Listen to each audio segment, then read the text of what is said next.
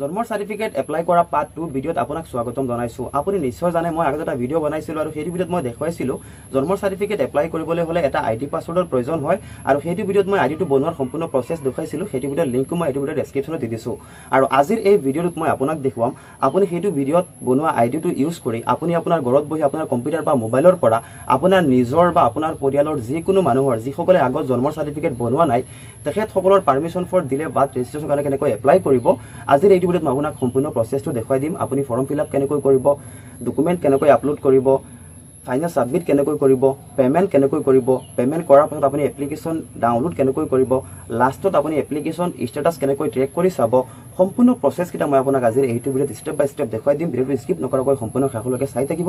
ভাল পালে লাইক কৰিব, যদি ছাবস্ক্ৰাইব কৰা নাই চেনেলটো ছাবস্ক্ৰাইব কৰিব আৰু যদি আপুনি ফেচবুকত চাই আছে আমাৰ পেজটো ফ'ল' কৰিবলৈ নাপাহৰিব আৰু পাৰ্ট 3 কাৰণে আপুনি ৱেইট কৰি থাকিব কাৰণ এইটো ভিডিঅ'ত মই দেখুৱাই দিয়া এপ্লাই কৰা বাৰ্থ চাৰ্টিফিকেটখনৰ পাৰমিশ্যনৰ কপিটো আপুনি কেনেকৈ ডাউনলোড কৰিব মই পাৰ্ট 3 নম্বৰত দেখুৱাই দিম এপ্ৰুভ হোৱাৰ পাছত।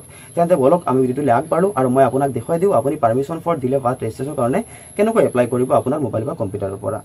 তো ফ্ৰেণ্ডছ আপুনি প্ৰথমে আপোনাৰ মোবাইলত বা কম্পিউটাৰত যিকোনো এটা ব্ৰাউজাৰ অপেন কৰি আপুনি সাৰ্চ বাৰত টাইপ কৰিব সেৱা সেতু লিখি সাৰ্চ কৰাৰ পাছত একেবাৰে ওপৰত যিটো লিংক আহিব সেৱা সেতুৰ অফিচিয়েল লিংক আপুনি এইটো লিংকত ক্লিক কৰিব। ক্লিক কৰাৰ পাছত সেৱা সেতুৰ অফিচিয়েল ৱেবছাইটটো অপেন হৈ যাব আপোনাৰ মোবাইলত আৰু কম্পিউটাৰত আৰু ইয়াৰ আগৰ প্ৰচেছখিনি মই আপোনাক কম্পিউটাৰ স্ক্ৰীনত দেখুৱাম। আপুনি সেম প্ৰচেছত চাই নিজৰ মোবাইলতে কৰিব পাৰিব। মোবাইলত দেখুৱালে একেবাৰে সৰু সৰু হৈ যায়, সেইবাবে মই কম্পিউটাৰত দেখাই আছোঁ। এনেকৈ যদি পপ আপ আহে আপুনি পপ আপটো ক্লোজ কৰিব। পপ আপ ক্লোজ কৰাৰ পাছত আৰু ইয়াত কৰ্নাৰ চক দিয়া আছে লগইন ৰেজিষ্টাৰ। আপুনি লগইন ৰেজিষ্টাৰত ক্লিক কৰাৰ লগে লগে ইয়াত চাওক চিটিজেন PFC CSC অফিচিয়েলছ। তো যদি CSC আছে ডাইৰেক্ট CSCটো লগইন কৰি কাম কৰিব পাৰে আৰু যদি আপুনি চিটিজেন হয় মানে নৰ্মেল আপুনি আপোনাৰ নিজৰ বা আপোনাৰ ফেমিলি মানুহৰ কাম কৰিব বিচাৰে আপুনি চিটিজেনত ক্লিক কৰি আপুনি একাউণ্ট বনাই কাম কৰিব পাৰে। চিটিজেনত ক্লিক কৰাৰ লগে লগে লগইনৰ অপশ্যনটো আহি যাব। যদি আপোনাৰ আইডি বনোৱা আছে আপুনি ডাইৰেক্ট লগইন কৰিব পাৰে আৰু যদি আপোনাৰ আইডি বনোৱা নাই মোৰ অন্য এটা ভিডিঅ' চাই আইডি বনাই ল'ব পাৰে। যদি লোকেশ্যন পাৰমিশ্যন বিচাৰে আপুনি এলাউ কৰি দিব আৰু সুবিধা হয় মোবাইল নাম্বাৰ এণ্টাৰ কৰি পাছৱৰ্ড এণ্টাৰ কৰি লগইন কৰাৰ ক্ষেত্ৰত। তো ইয়াত মই মোৰ মোবাইল নাম্বাৰ পাছৱৰ্ড এণ্টাৰ কৰি মই লগইন কৰি আছোঁ। লগইন কৰাৰ পাছত যদি এনেকৈ ডিজিলকাৰ ভেৰিফিকেশ্যনৰ কাৰণে অপশ্যন আহে আপুনি কেঞ্চেল কৰিব পাৰে বা স্কিপ নাও কৰিব পাৰে। ইয়াৰ পাছত এনেকৈ অফিচিয়েল পেজটোৰ ডেছবৰ্ডটো অপেন হৈ যাব। আপুনি ছাৰ্ভিচেছত ক্লিক কৰিব লাগিব। ছাৰ্ভিচেছত ক্লিক কৰাৰ পাছত ইয়াত সেৱা সেতুৰ বহুত ছাৰ্ভিচ আছে, গোটেইখিনি তলত আহি যাব। আপুনি অলপ স্ক্ৰল ডাউন কৰিব, আপোনাৰ মোবাইলতো সেম প্ৰচেছ হ'ব। ইয়াত চাওক চাৰ্চ বক্স দিয়া আছে, ইয়াত আপুনি দিলে বাৰ্থ লিখি চাৰ্চ কৰিব লাগিব। মই স্পেলিংটো দি দিছোঁ, আপুনি চাই এণ্টাৰ কৰিব পাৰে। লগে লগে চাওক তলত আহি গৈছে permission for delete birth registration আৰু তলত কৰ্নাৰত এপ্লাই দিয়া আছে। আপুনি এপ্লাইত ক্লিক কৰিব। এপ্লাইত ক্লিক কৰাৰ পাছত এনেকৈ মেইন পেজটো অপেন হ'ব। ইয়াতো আপুনি এপ্লাই নাওত ক্লিক কৰিব। এপ্লাই নাওত ক্লিক কৰাৰ পাছত এতিয়া অফিচিয়েল ফৰ্মখন এনেকৈ অপেন হ'ব। ইয়াত কিছুমান তথ্য লিখা আছে যে অফিচিয়েল প্ৰাইচটো কিমান হয় আৰু কিমানকৈ আপোনাৰ কাটিব। অফিচিয়েল কোনো মাচুল নাই। ইয়াত পে'মেণ্ট গেটৱে চাৰ্জৰ বাবদ 30 টকাকৈ লোৱা হয় যদি আপুনি নেট বেংকিং আৰু ডেবিট কাৰ্ড ইউজ কৰে আৰু যদি আপুনি UPI ইউজ কৰে তেতিয়াহ'লে কেৱল 10 টকাহে কাটিব। তো মই আপোনাক UPI ইউজ কৰি 10 টকাৰ মাধ্যমে পাৰমিশ্যন এপ্লাই কৰি দেখাই আছোঁ। এতিয়া ভিডিঅ'টো সম্পূৰ্ণ শেষলৈকে চাই থাকক। স্ক্ৰল ডাউন কৰাৰ পাছত ইয়াত চাওক এপ্লিকাণ্টছ ডিটেইলছ। ইয়াত আপুনি আপোনাৰ নিজৰ নাম এণ্টাৰ কৰিব পাৰে। আপুনি যদি আপোনাৰ ব্ৰাদাৰৰ বাৰ্থ চাৰ্টিফিকেটৰ পাৰমিশ্যন এপ্লাই কৰিব বিচাৰে তেতিয়াহ'লে আপুনি আপোনাৰ নিজৰ নাম এণ্টাৰ কৰিব। ইয়াত আপুনি আপোনাৰ জেণ্ডাৰ ছিলেক্ট কৰিব লাগিব আৰু এইটো অপশ্যন যিসকলে চিটিজেন হিচাপে লগইন কৰে তেখেতসকলৰ কাৰণে কেৱল, কাৰণ এজন চিটিজেনে কেৱল তেওঁৰ নিজৰ পৰিয়ালৰ মানুহে কাম কৰি দিব পাৰিব। যদি বেলেগ কাষ্টমাৰক দিব বিচাৰে, যদি আপোনাৰ CSC ID নাই তেতিয়াহ'লে কাষ্টমাৰজনৰ যিকোনো এজন ফেমিলিৰ মানুহৰ ID বনাই তেওঁৰ IDৰ আণ্ডাৰত কাম কৰিব লাগিব। তো ইয়াত মই এই মানুহজনৰ লগত মোৰ সম্পৰ্ক কি ইয়াত দিব লাগিব। ইয়াত মই ব্ৰাদাৰ ছিলেক্ট কৰি দিছোঁ। ব্ৰাদাৰ ছিলেক্ট কৰাৰ পাছত এইটো বক্সত মই মোৰ পান কাৰ্ড নাম্বাৰটো এণ্টাৰ কৰিব লাগিব। তো আপুনি brother, sister, daughter, wife, husband মানে যাৰ বিচাৰে আপুনি ইয়াৰ পৰা আপোনাৰ আইডিৰ পৰা আপুনি এপ্লাই কৰি দিব পাৰে। ইয়াত মই মোৰ পান নাম্বাৰ এণ্টাৰ কৰি আছোঁ। আপুনি আপোনাৰ পান কাৰ্ড নাম্বাৰটো এণ্টাৰ কৰিব লাগিব। ইয়াত মানে আবেদনকাৰীৰ নাম, যিজনৰ এপ্লাই হ'ব তেওঁৰ নাম নহয়, আবেদনকাৰীৰ নামহে ডিটেইলছ এণ্টাৰ কৰিব লাগিব। ইয়াত এণ্টাৰ কৰাৰ পাছত আপুনি স্ক্ৰল ডাউন কৰিব। স্ক্ৰল ডাউন কৰাৰ পাছত এতিয়া যাৰ নামত পাৰমিশ্যনখন এপ্লাই হ'ব তেওঁ ডিটেইলছ দিব লাগিব। যাৰ জন্মৰ চাৰ্টিফিকেট নাই এইটো বক্সত তেওঁৰ নিজৰ নামটো এণ্টাৰ কৰিব লাগিব। তেওঁ নিজৰ নামটো এণ্টাৰ কৰাৰ পাছত এইটো বক্সত তেওঁৰ জন্মৰ তাৰিখটো ছিলেক্ট কৰিব লাগিব। তো ইয়াৰ পৰা মই ছিলেক্ট কৰি আছোঁ জন্মৰ তাৰিখটো। জন্মৰ তাৰিখটো ছিলেক্ট কৰাৰ পাছত এইটো বক্সত দিয়া আছে নিউ বৰ্ণ জেণ্ডাৰ ইয়াত এই মানুহজন ল'ৰা নে ছোৱালী চিলেক্ট কৰিব লাগিব আৰু এইটো বক্সত তেওঁৰ ফাদাৰৰ নেমটো এণ্টাৰ কৰিব লাগিব। ইয়াত মই ফাদাৰ্ছৰ নেমটো এণ্টাৰ কৰি আছোঁ। তেওঁৰ ফাদাৰ্ছৰ নাম এণ্টাৰ কৰাৰ পাছত এইটো বক্সত মাদাৰ্ছৰ নাম এণ্টাৰ কৰিব লাগিব। মাদাৰ্ছৰ নাম এণ্টাৰ কৰাৰ পাছত এইটো বক্সত চাওক দিয়া আছে যে মানুহজনৰ হস্পিটেলত জন্ম হৈছে নে ঘৰত হৈছে নে বেলেগ জেগাত। তো মই ইয়াত হাউচ চিলেক্ট কৰি আছোঁ। হাউচ চিলেক্ট কৰাৰ পাছত এইটো বক্সত মানে আপোনাৰ নিজৰ এড্ৰেছ দিব পাৰে বা আপোনাৰ হস্পিটেলৰ ঠিকনা বা হস্পিটেলৰ নাম দিব পাৰে। ইয়াত মই হস্পিটেলৰ নামৰ লগত মই এড্ৰেছো দি আছোঁ। আপুনি আপোনাৰ হিচাপত এণ্টাৰ কৰিব আৰু যদি বিচাৰে আপুনি কেৱল হস্পিটেলৰ নাম ইয়াত দিব পাৰে। তো ইয়াত এইখিনি এণ্টাৰ কৰাৰ পাছত আপুনি অলপ স্ক্ৰল ডাউন কৰিব। তলত চাওক দিয়া আছে ৰিজন ফৰ বিং লেট, পলম হোৱাৰ কাৰণ। পলম হোৱাৰ কাৰণৰ বক্সত আপুনি এইখিনিৰ পৰা যিকোনো এটা এণ্টাৰ কৰিব লাগিব। মই ভিডিঅ' ডেছক্ৰিপশ্যনত এটা ৱেবছাইটৰ লিংক দিছোঁ আৰু এইটো ৱেবছাইটত এই 5টা কাৰণ দিয়া আছে। আপুনি ইয়াৰ পৰা যিকোনো এটা কপি কৰি আপুনি পলম হোৱাৰ কাৰণত আনি পেষ্ট কৰি দিব আৰু একেবাৰে প্ৰথমত যদি চিৰিয়েল নাম্বাৰ দিয়া থাকে আপুনি বেক কৰি এইখিনি ক্ল'জ কৰি দিব। ক্ল'জ কৰাৰ পাছত এতিয়া চাওক ষ্টেট নেম, ডিষ্ট্ৰিক্ট নেম আপুনি চিলেক্ট কৰিব লাগিব। আপুনি আপোনাৰ ডিষ্ট্ৰিক্ট নেম চিলেক্ট কৰিব। ডিষ্ট্ৰিক্ট নেম চিলেক্ট কৰাৰ পাছত সাব ডিভিজন চিলেক্ট কৰিব লাগিব, চাৰ্কুল নেম চিলেক্ট কৰিব লাগিব। ইয়াত আপুনি আপোনাৰ ভিলেজ নেমটো আপুনি চিলেক্ট কৰিব লাগিব। চিলেক্ট কৰাৰ পাছত আপুনি ইয়াত পিনক'ড নাম্বাৰটো এণ্টাৰ কৰিব। পিনক'ড নাম্বাৰ এণ্টাৰ কৰি ছেভ এণ্ড নেক্সটত ক্লিক কৰিব। লগে লগে এনেকৈ শ্ব' কৰিব আৰু চিয়'ৰ আপুনি য়েছত ক্লিক কৰিব। য়েছত ক্লিক কৰাৰ পাছত অলপ সময় লোডিং হ'ব আৰু নেক্সট পেজটো এনেকৈ অ'পেন হ'ব। ইয়াত আপুনি ডকুমেণ্ট আপলোড কৰিব লাগিব। এইটো অলপ ইম্পৰ্টেণ্ট হয়। আপুনি কি কি ডকুমেণ্ট আপলোড কৰিব লাগিব মই আপোনাক বুজাই দি আছোঁ। একেবাৰে শ্বৰ্টকৈ কৈ আছোঁ যাতে আপুনি বুজি পায়। প্ৰথম অপশ্যনটোত যদি আপোনাৰ হস্পিটেলৰ পৰা পোৱা বেজীৰ কাৰ্ড বা কিবা ডকুমেণ্ট আছে আপুনি ইয়াত আপলোড কৰিব লাগিব। যদি নাই তেতিয়াহ'লে আপুনি ইয়াত আপোনাৰ আধাৰ কাৰ্ড, পান কাৰ্ড মানে আপোনাৰ জন্মৰ তাৰিখ থকা আপুনি যিকোনো এটা ডকুমেণ্ট প্ৰথম বক্সত আপুনি আপলোড কৰিব পাৰিব, কিন্তু PDF হ'ব লাগিব।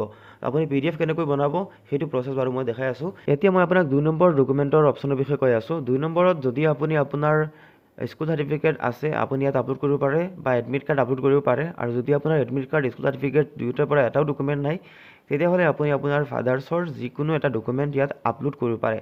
কিন্তু মই আপোনাক ছাজেষ্ট কৰিম ইয়াত আপুনি আপোনাৰ ফাদাৰ্ছৰ কেৱল ভোটাৰ ID কাৰ্ড বা যিকোনো এটা তথ্য আপুনি আপলোড নকৰিব।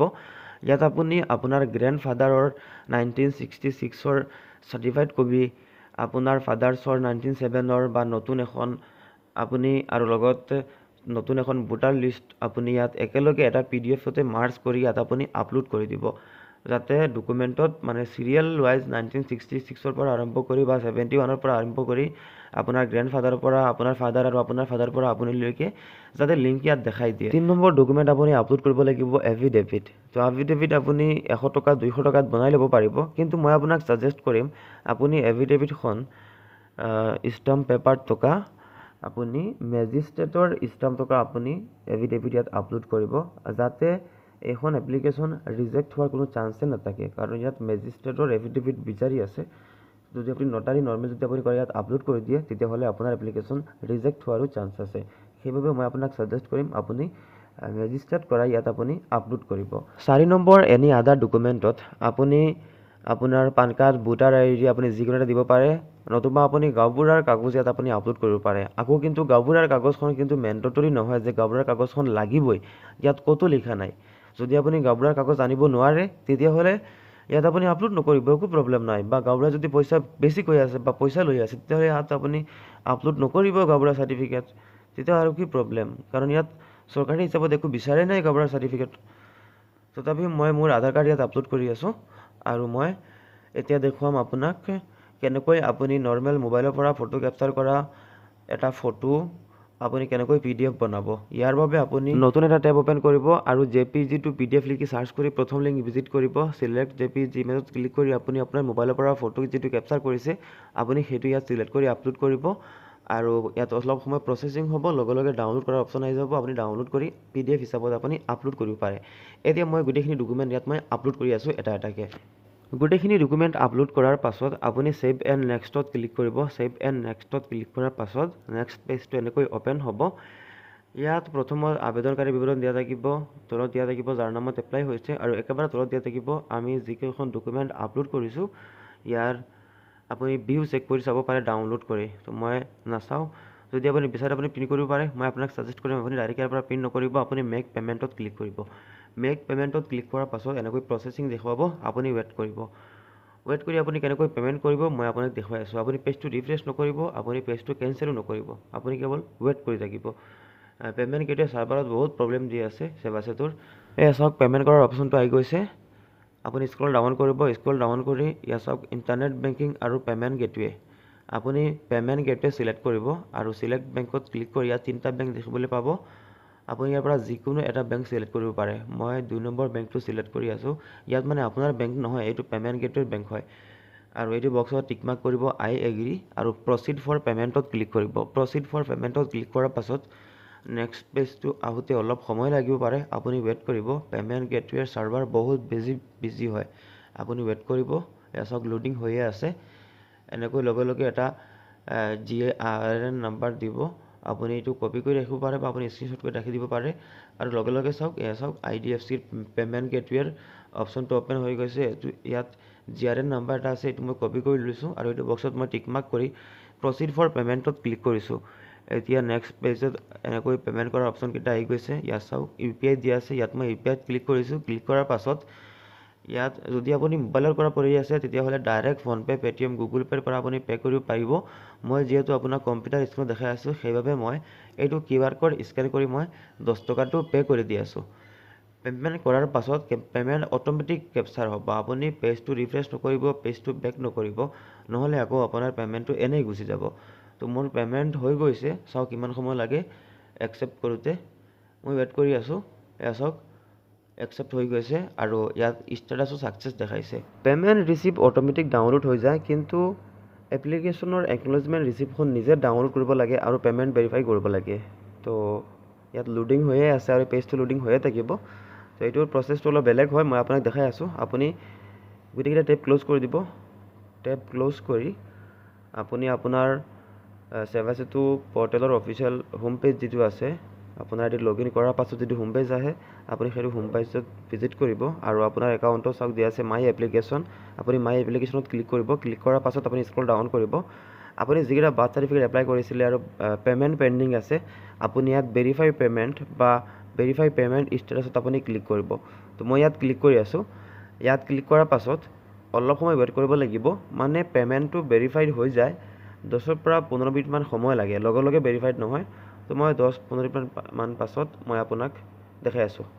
তো ফ্ৰেণ্ডছ 10 মিনিটমান সময় পাৰ হ'ল। এতিয়া মই মোৰ একাউণ্টটো লগইন কৰি মাই এপ্লিকেশ্যনত মই ক্লিক কৰিছোঁ। ক্লিক কৰি মই আপোনাক প্ৰমাণটো দেখুৱাই আছোঁ যে অলপ আগত যিটো পে'মেণ্ট আছিলে সেইটো ভেৰিফাই হৈছে নে হোৱা নাই। চাওক পে'মেণ্টটো ভেৰিফাই হৈ গৈছে আৰু ইয়াত একনলেজমেণ্ট ৰিচিপ্টও ডাউনলোড কৰাৰ অপশ্যন আহি গৈছে আৰু এপ্লিকেশ্যন ট্ৰেক কৰাৰো অপশ্যন আহি গৈছে। তো ইয়াত ভিউ একনলেজমেণ্ট ৰিচিপ্টত আপুনি ক্লিক কৰিব। ক্লিক কৰাৰ পাছত অলপ সময় ৱেইট কৰিব লাগিব।